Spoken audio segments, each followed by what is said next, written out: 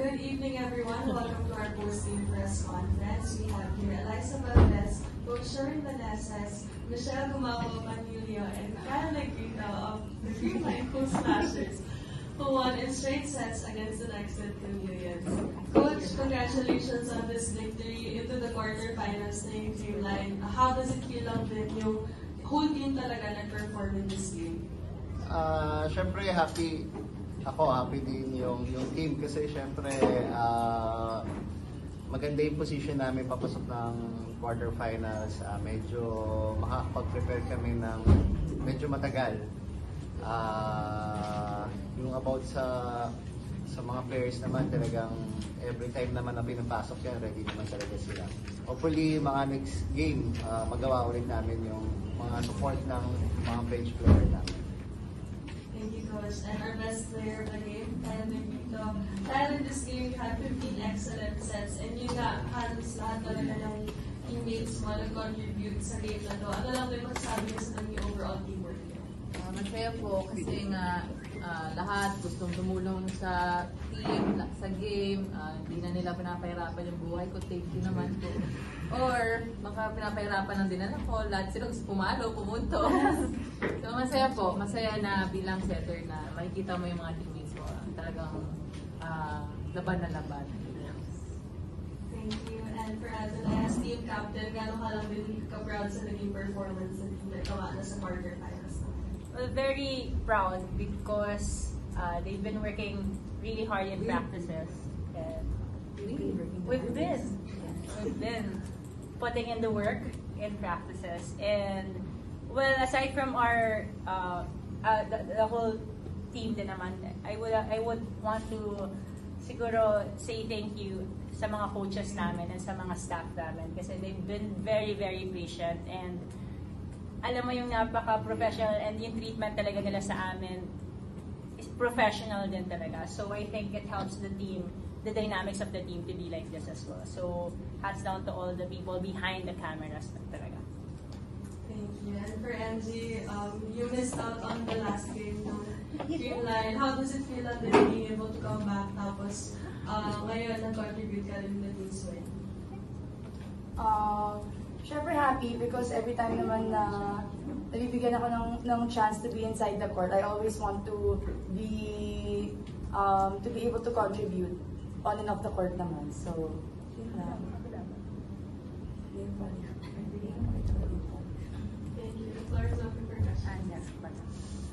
Ayun nga, MG, naging busy yung past few days and yun lang, paano mo lang binalanse kasi kahit 2 sets lang yung nilaro mo, 7 points.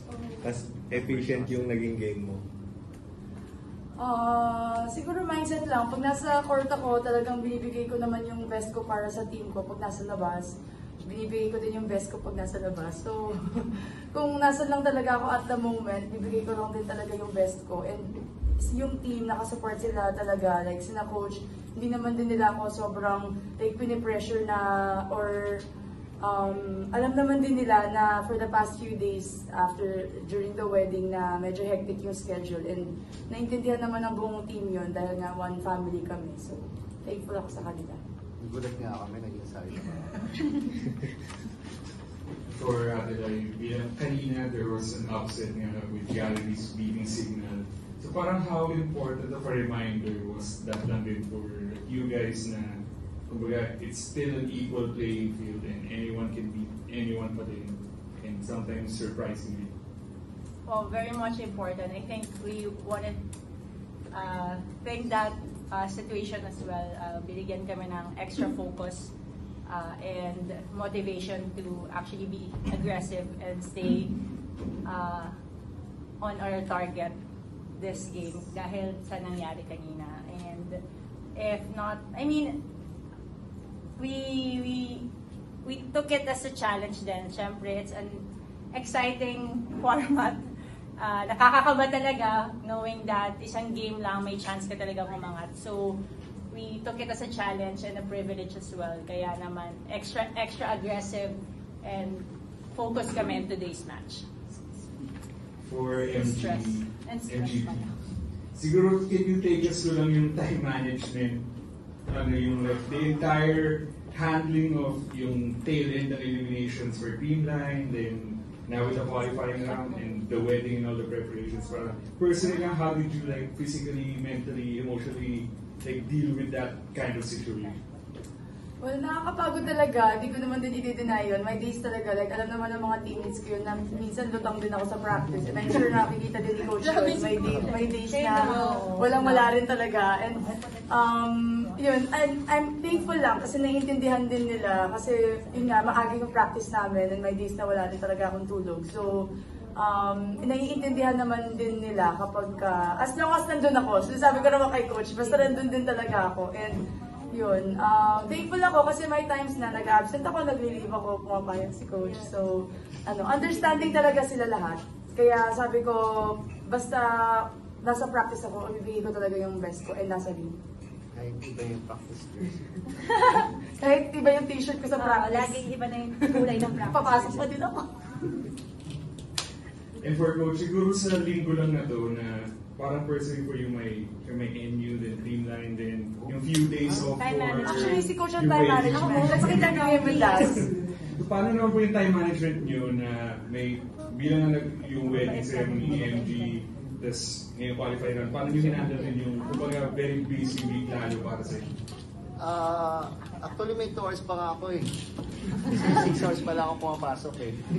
So, Kaya pala isa pag pero syempre, mahirap din, pero yun nga, time management lang yung ginagawa namin. Hopefully, yung mga big games talaga, hindi sila totally magkasabay kasi kailangan mo talaga mamili. Pero ready na naman yung both teams naman. Ready naman talaga. Are you sure? Coach, notable performance from the end of the year. 12 points, 5 blocks. So, ano 5 blocks. Siyempre masaya ako dahil talagang yung middle, top scorer yung sa league ngayon. Sobrang 12 points, 5 blocks, so sobrang saya ako para kasi double time naman talaga si Bea sa blockings. Hopefully magtuloy-tuloy pa sa mga next game yung performance ni Bea. Ayun, Adelaide, nag-post ko kayo ng IG Reel, training, surprise niya si MG. Explain mo na, sige na. Nagtatanong sila lahat. Explain mo.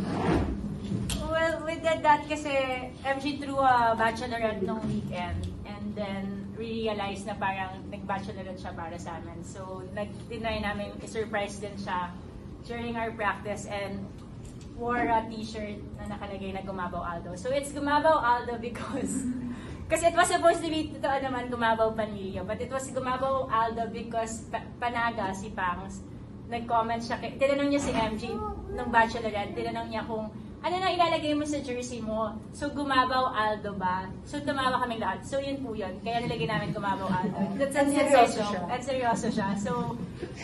So that's why naiyak din si MG because Hindi ko talaga. actually yun lang po yun yung video. So she deserves the best and that was her last time na single going to yan. So In that's short, why nonsense lang talaga.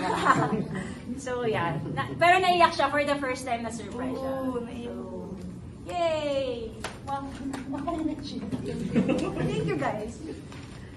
Si Kylie, best player, may sakit pa to. Yeah. Bea nga. Hindi, ano lang siya, coach man. It's the time of the month. Siguro for the players na lang, anyone naman can answer. Of course, it's going to be a long break. Siguro paano nyo na lang i-utilize na both for recovery but also hindi rin kayo kakalawangin pagbalik for mortgage. Coach na po bahala. Mas maraming break, mas okay. Wow. Ano yung klaseng Ano Kaya po, mas Papa? maraming, mas matagal yung game, mas Days, okay. yeah. Alam niyo naman, puro bata yun. Uy, grabe naman. Ayun ako na sumagot ha. Thank you, Coach. Thank you. The interview, the best nonsense.